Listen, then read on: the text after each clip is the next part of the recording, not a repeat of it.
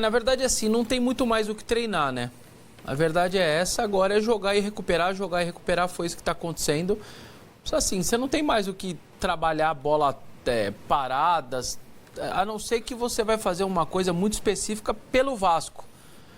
O Corinthians certamente tomou seus cuidados com o Vasco, como o Vasco tomou cuidado com o Corinthians, aquela coisa de mandar auxiliar para o estádio, mapear os scouts trabalhando. Então, ok, você vai poder fazer ali pensando no adversário alguma outra coisa mais específica. Mas, sinceramente, tudo que os caras já tinham que fazer, fizeram. Agora acho que é mais uma parte mais mental e física do que praticamente tática. Então, os jogadores estão nessa, né, de descansar, vai para banheira de gelo e volta e treina, alguns com fisioterapia, quem está precisando.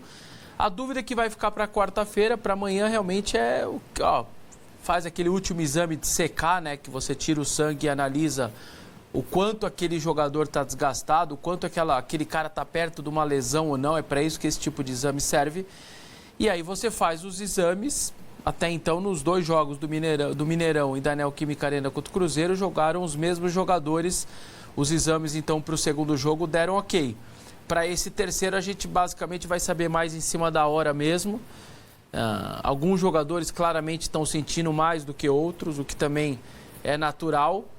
Mas nessa hora o jogador também não vai querer ficar fora. Eu venho sempre alertando aqui, porque isso é o que os caras contam, né? Jogador nessa hora... você fala para ele, não, segura, você pode ter lesão. Ele fala, então tá bom, eu vou ter lesão, porque depois eu tenho férias, o ano que vem eu vejo o que eu faço e eu volto. Você não vai me tirar desse jogo. Infelizmente é assim que é. A pessoa gostando ou não, o jogador não vai querer ficar fora desse tipo de jogo, mas eu acho que um outro jogador, até pela tentativa de possibilidade do Garro voltar, por exemplo, também é possível que isso aconteça. Sei lá, vem o Bidon para volante, sai um dos volantes, vem o Bidon para trás e o Garro entra de meia. Então, alguma outra coisa pode acontecer, mas de restante eu acho que vai a mesma equipe. O que fica também é o lance dos pendurados. O Corinthians tem praticamente o time todo titular está pendurado. Hugo Souza, Mateuzinho, Gustavo, Bidu, Maicon, Carrilho. São 7 ou 8 pendurados. Depois eu confirmo aqui, mas acho que são 8 dos 11 titulares pendurados. 8, né?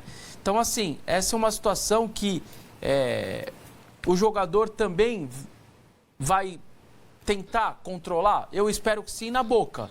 Há uma reclamação e tudo mais. Tem coisa na hora do lance que você tem que fazer a falta, você não vai controlar.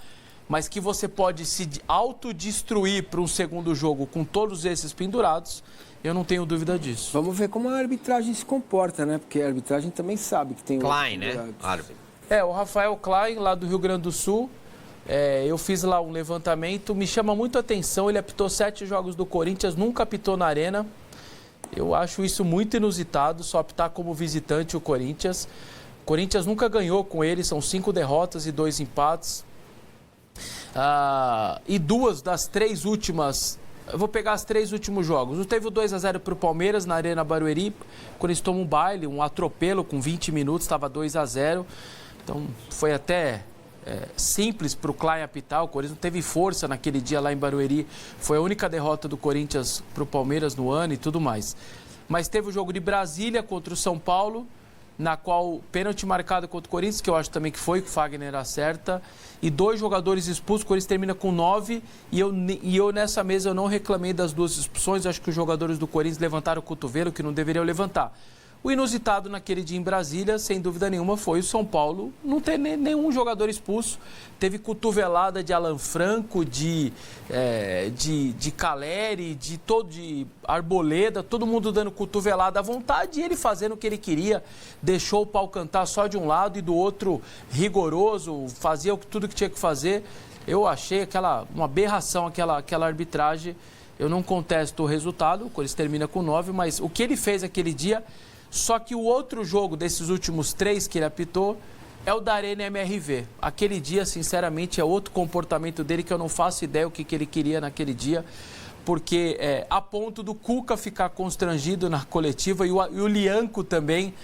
Eu deveria ter sido expulso, ainda bem que ele não deu. O Lianco assumiu que deveria ter sido expulso quando ele perde a bola, puxa O Héctor Hernandes já tinha amarelo, ele era o último homem. Você podia expulsar pelo último homem, por amarelo, você escolhia. Davam 8 tipos de cartões, ele não deu nenhum. E até o Lianco dá entrevista constrangido depois do jogo e o Cuca também.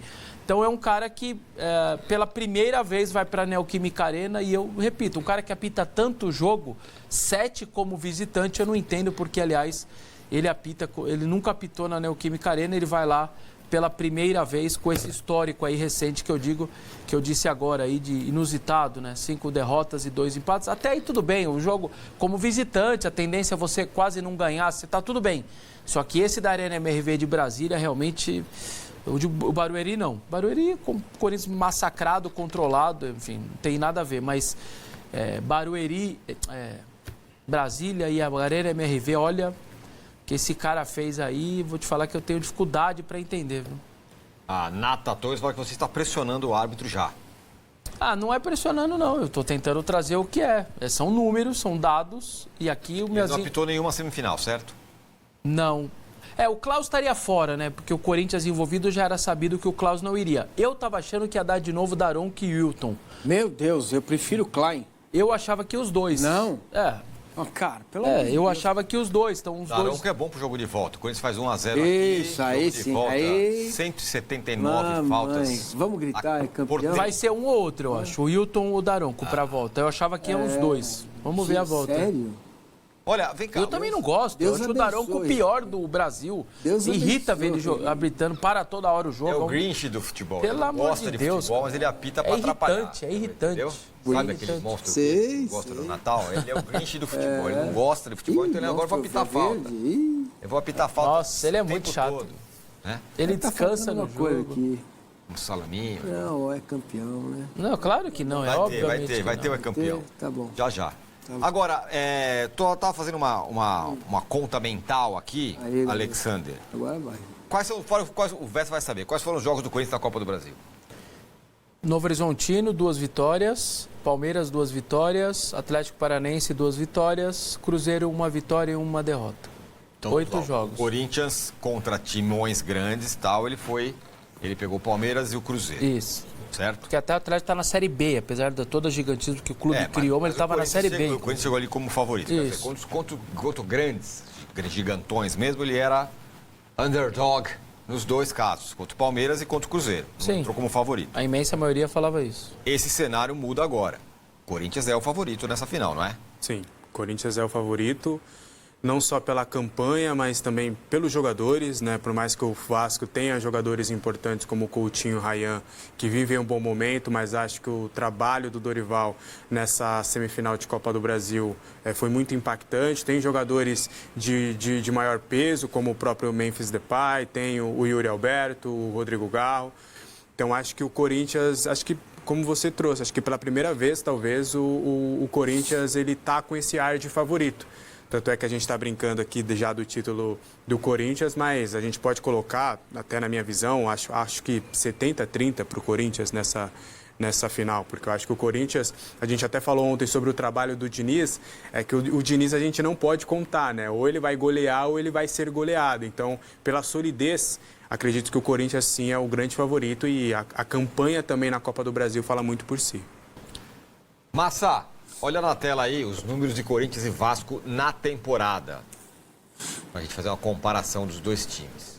O Corinthians jogou um pouquinho mais, 72 jogos contra 69.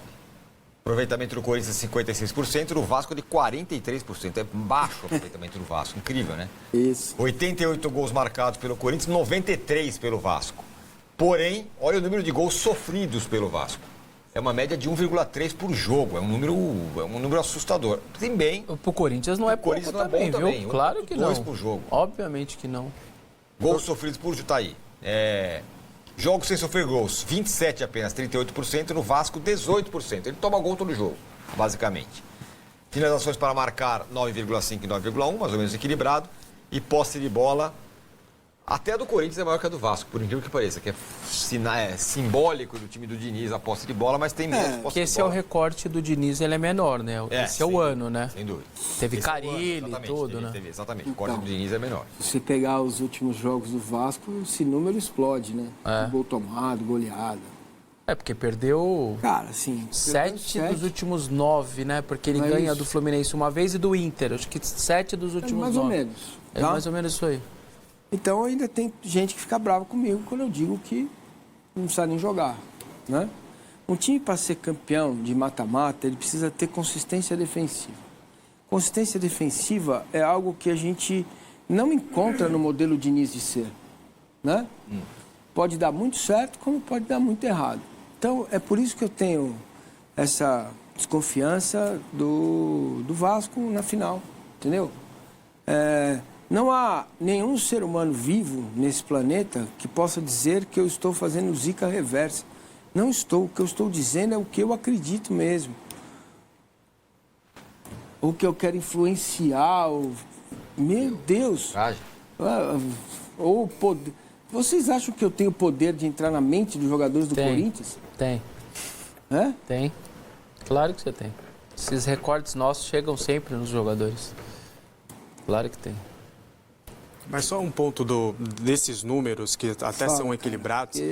Mas eu acho que o Vasco, esses números acontecem em todos os jogos, independente das competições. O Corinthians tem o fator do mata-mata. O Corinthians é diferente no mata-mata, como o Massa falou. É isso, cara. É a consistência defensiva, né?